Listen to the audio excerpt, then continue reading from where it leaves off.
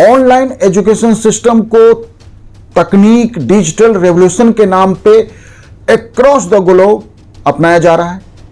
हम अपने देश में भी इस सिस्टम को प्रमोट कर रहे हैं कि यह पढ़ाई को आसान और लचीला बनाता है। फ्लेक्सिबल स्टडी है कि आप जब चाहें आपको कंटेंट मटेरियल अवेलेबल है और फ्लेक्सिबल मोड में अवेलेबल है कि आप उसको एक शिफ्ट में, कि जैसे कि क्लास में बैठे हैं, एक लेक्चर है, आपका उस समय मन नहीं है तो आपका मन नहीं है, लेकिन आपको तो क्लास का टाइमिंग में ही समझना पड़ेगा।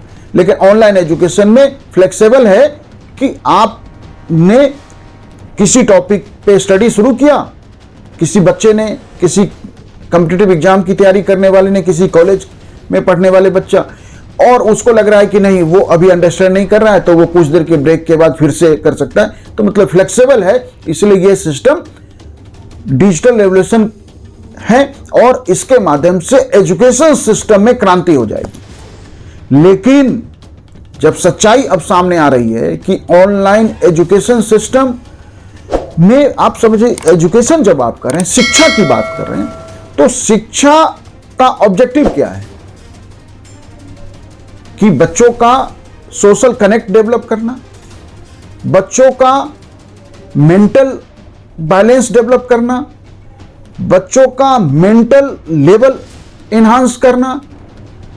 लेकिन एजुकेशन सिस्टम में यह बात हम बरसों से, शताब्दियों से समझते हैं कि सिर्फ क्लासरूम लेक्चर से बच्चा नहीं नॉलेज गेन करता है, बल्कि नॉलेज में पूरा जो वो सिस्टम को जिस तरह से हमने डेवलप किया या समाज ने डेवलप किया, उस पूरे कनेक्ट से बच्चा डेवलप होता है।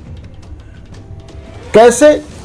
जब आप क्लास में बैठे हैं तो जो वहां का माहौल है, स्कूल का जो एटमॉस्फेयर है, आपके कॉलेज का जो एटमॉस्फेयर है, जो आपके फ्रेंड्स या आप क्लास में जो और बच्चे बैठे हैं, उनका इंटरेक्शन, उनका बिहेवियर, वो सारा कुछ नॉलेज का ही हिस्सा है।